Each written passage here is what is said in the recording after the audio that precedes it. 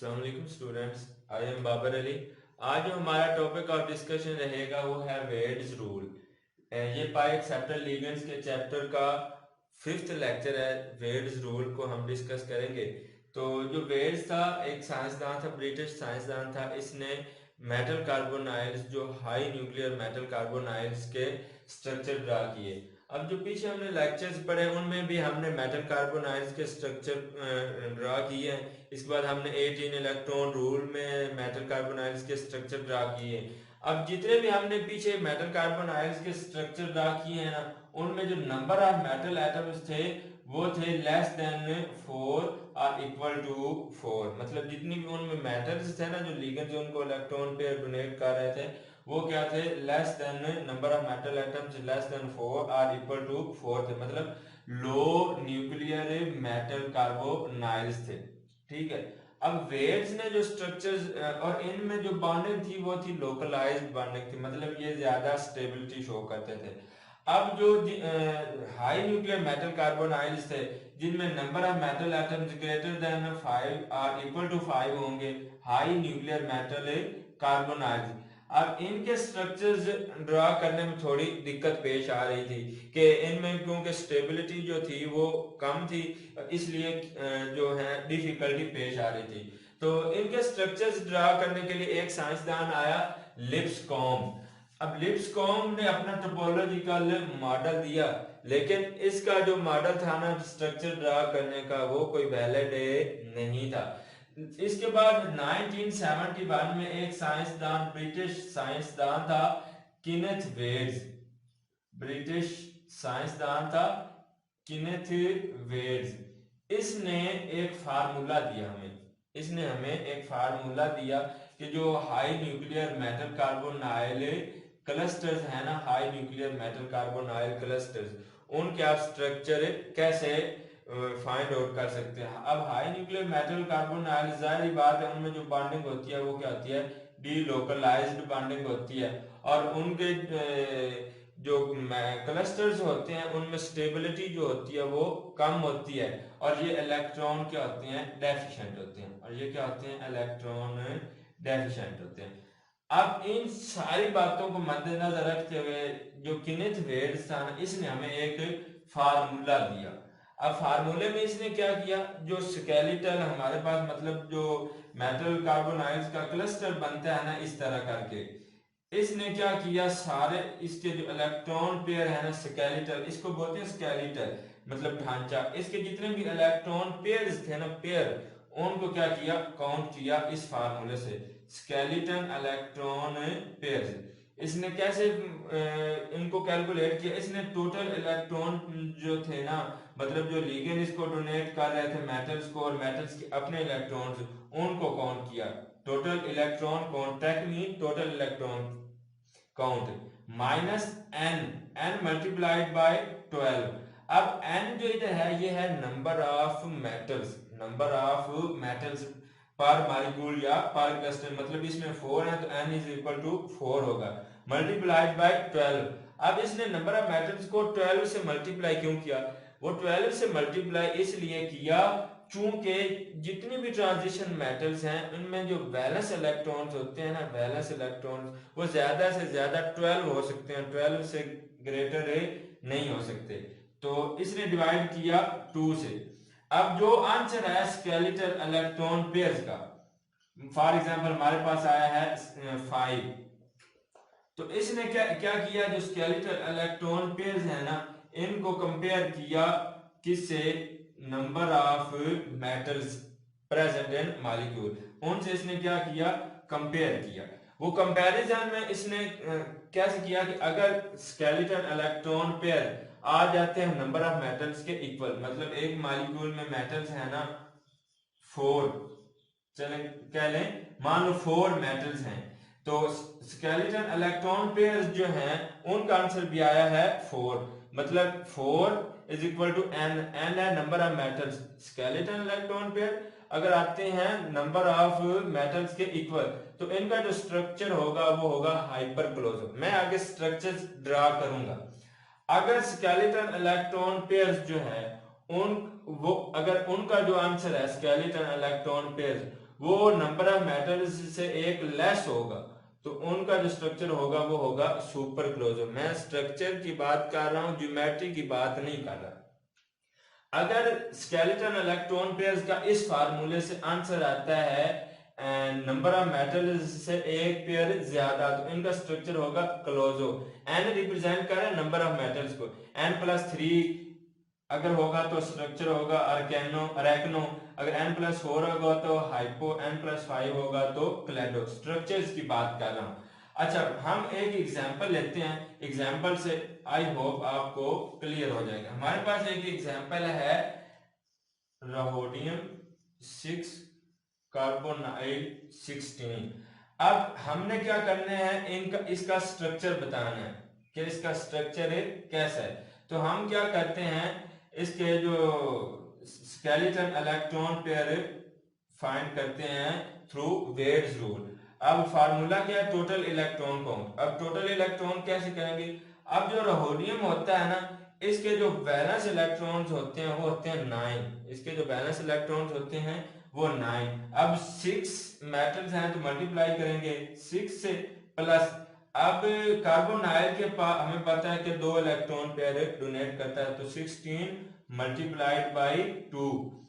ये total electron count हो रहे हैं, total electron count minus number of metals कितनी है 6, एन हमारे पास किसके इक्वल है 6 से, तो 6 मल्टीप्लाइड बाई 12 डिवाइडेड बाय 2। अब इससे हम स्केलेटन इलेक्ट्रॉन पेयर क्या कर लेंगे, फाइंड कर लेंगे। 9 6 are 54 plus 6 2 are 32 minus 6 12 are 72 over 2।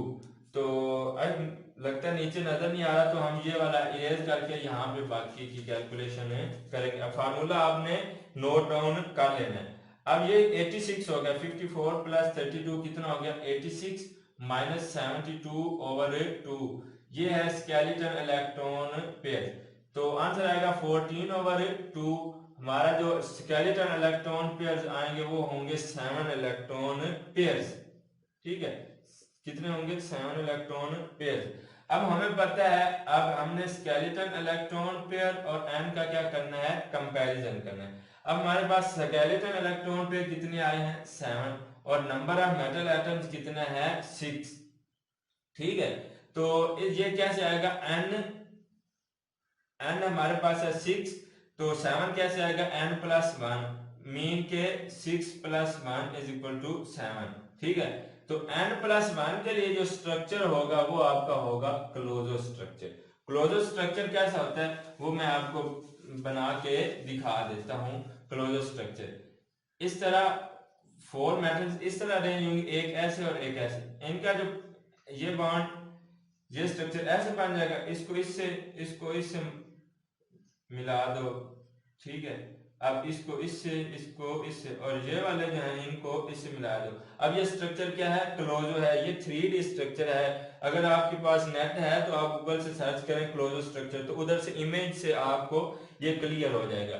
अब हमारे एग्जांपल थी रहोडियम, तो रहोडियम के मालिक्यूल जो मेटल है वो उसको हम इस तरह अरेंज करेंगे, तो इसका स्ट्रक्चर हमारे पास जो क्लोजो स्ट्रक्चर है वो इस तरह से बन जाएगा। ठीक है, इसको इससे मिला दो और इनको ऑपोजिट ऐसे मिला दो, तो कितने नंबर ऑफ मेटल्स हैं 6, और इसका जो स्ट्रक्चर है वो क्लोजो बनेगा। अब इसके बाद हम एक और एग्जांपल को डिस्कस करते हैं। कुछ एग्जांपल्स आप खुद सॉल्व करेंगे। ओस्मियम 5 कार्बोनाइल 15 लिगेंड्स जो है वो अपना इलेक्ट्रॉन पेयर डोनेट करेंगे। अब हम इसके स्केलेटन इलेक्ट्रॉन पेयर डोनेट करेंगे, फिर हम इनका किससे कंपैरिजन करेंगे, नंबर ऑफ मेटल्स से।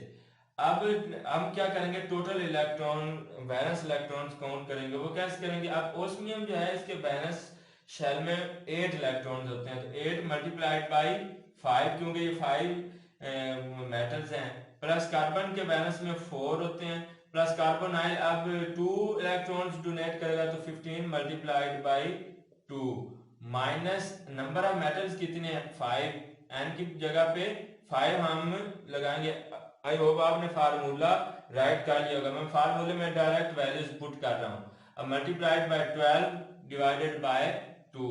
अब इसका आंसर जो आएगा वो आएगा 8 5 are 40, 40 plus 4 plus 30 minus 60, 5 12 are 60 over 2। ये आपके पास इनको ऐड करेंगे तो 74 माइनस 60 ओवर 2 आएगा, तो 14 over 2 is equal to 7 electrons.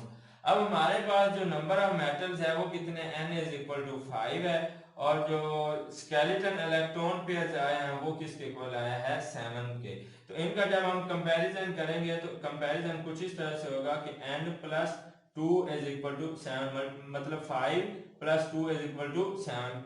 ठीक है। अब n प्लस 2 के लिए जो हमारा स्ट्रक्चर होता है वो होता है नीडो। अब नीडो स्ट्रक्चर कैसा होता है कि अगर आप जो क्लोजो स्ट्रक्चर है, आपके पास ये क्लोजो स्ट्रक्चर है, अगर आप इसमें से एक वर्टेक्स को क्या कर दो, रिमूव कर दो, ये आपके पास मैंने क्लोजो स्ट्रक्चर बनाया है। अगर आप इसका ये वाला वर्टेक्स क्या कर दो, रिमूव कर दो, तो नीडो जो स्ट्रक्चर होगा वो आपके पास इस तरह से बनेगा। इनको आप ऐसे, और यहाँ पे क्योंकि एक वर्टेक्स क्या हो जाएगा, रिमूव हो गया, तो ये जो स्ट्रक्चर होगा ये होगा नीडो स्ट्रक्चर। ठीक हो गया। अब इसके बाद जो होता है ना अरेक्नो स्ट्रक्चर, अगर आप इसका एक और वर्टेक्स कोई भी रिमूव कर दें तो अरेक्नो स्ट्रक्चर जो होगा वो इस तरह से होगा। मैं साथ ही बना देता हूं, ऐसे, इसको ऐसे, ये लाइक बटरफ्लाई होगा ऐसे, ये होता है अरेक्नो का स्ट्रक्चर। ठीक है, मैं स्ट्रक्चर्स की बात कर रहा हूं, ज्योमेट्री की बात नहीं कर रहा। इसके बाद एक और एग्जांपल हम डिस्कस करते हैं।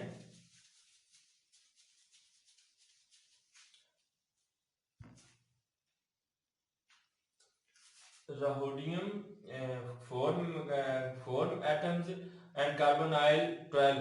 अब इसमें हमने क्या करना है, स्केलेटन इलेक्ट्रॉन पेयर पहले फाइंड करने हैं। वो कैसे फाइंड करने हैं कि रोडियम के जो वैलेंस शेल होता है इसमें 9 इलेक्ट्रॉन्स होते हैं, 9 मल्टीप्लाइड बाई 4 प्लस कार्बोनाइल के 12 मल्टीप्लाइड बाई 2, ये टोटल इलेक्ट्रॉन काउंट हो गया minus N, number of metals कितने हैं 4 मल्टीप्लाइड बाई 12 डिवाइड बाई 2, तो 9 4s are 36 plus 12 2s are 24 minus 4 12s are 48 divided by 2, तो 36 और 24 हमारे पास आंसर है 60, 60 माइनस 48 ओवर 2, ये 12 ओवर 2 आएगा। आपके पास जो इलेक्ट्रॉन पेयर होंगे वो 6 इलेक्ट्रॉन पेयर्स होंगे। अब हमें पता है n किसके इक्वल है, 4 के इक्वल नंबर ऑफ मेटल्स, और स्केलेटन इलेक्ट्रॉन पेयर किसके इक्वल है, 6 इलेक्ट्रॉन पेयर्स। तो अगर हम इनका कंपैरिजन करेंगे तो वो आएगा n plus 2, n plus 2 is equal to 6 electron pair. तो n प्लस 2 के लिए जो स्ट्रक्चर होगा वो होगा आपके पास नीडो स्ट्रक्चर। ठीक हो गया। इसके बाद हम एक और एग्जांपल डिस्कस करते हैं। Osmium 7 carbonyl 21। अच्छा, अब हम इसका क्या करेंगे, स्केलेटन इलेक्ट्रॉन पेयर काउंट करेंगे। अब ओस्मियम जो होता है इसके बैलेंस इलेक्ट्रॉन्स में 8 होते हैं multiplied by 7 plus carbonyl 21 multiplied by 2। अब 2 इलेक्ट्रॉन्स ऐड होंगे ना इसमें, 2 इलेक्ट्रॉन्स ये डोनेट करेगा, ये ऑलरेडी मैं आपको बता चुका हूं। नंबर ऑफ मेटल्स कितने हैं, 7 मल्टीप्लाइड बाय 12। फार्मूले में मैंने जस्ट वैल्यूज पुट कर दिए हैं, तो इसका आंसर आएगा 56 plus 21 2s are 42 minus 7 12s are 72 84 sorry 84 divided by 2। अब इसका जो आंसर आएगा वो आपके पास आएगा 98, इनको ऐड करेंगे माइनस 84 डिवाइडेड बाय 2 14 ओवर 2, तो कितने इलेक्ट्रॉन आए, 7 इलेक्ट्रॉन्स जो पेयर जो है वो स्केलेटल में आएंगे। तो आपका जो अगर हम इसको नंबर ऑफ मेटल्स कितने हैं n इज इक्वल टू 7, इससे हम कंपेयर करेंगे ना, स्केलेटन इलेक्ट्रॉन पेयर कितने हैं, वो भी क्या है 7 इलेक्ट्रॉन पेयर, वो भी क्या है 7 है। तो स्केलेटल इलेक्ट्रॉन पेयर किसके इक्वल है, नंबर ऑफ मेटल्स के। तो जो स्ट्रक्चर आएगा वो आएगा आपके पास हाइपर क्लोजो। अब ये वाली जो एग्जांपल है ये आपने खुद सॉल्व करनी है और कमेंट बॉक्स में आपने बताना है, इसलिए कि आपको समझ आई है या नहीं है। ये एज ए प्रैक्टिस आपने खुद करनी है। इसके बाद ये भी क्वेश्चन हो सकता है कि ज्योमेट्री के बारे में, ज्योमेट्री अगर तो स्केलेटन इलेक्ट्रॉन पेयर्स को अच्छा ज्योमेट्री और जो स्ट्रक्चर है उसमें डिफरेंस होता है। ज्योमेट्री में आप number of lone pair plus bond pairs दोनों को कंसीडर करते हैं और स्ट्रक्चर में जस्ट आप बॉन्ड पेयर्स को ही कंसीडर करते हैं। अब अगर स्केलेटन इलेक्ट्रॉन पेयर्स आपके पास आते हैं 4, तो जो स्ट्रक्चर होगा वो होगा, सॉरी ज्योमेट्री होगी वो होगी टेट्रागोनल।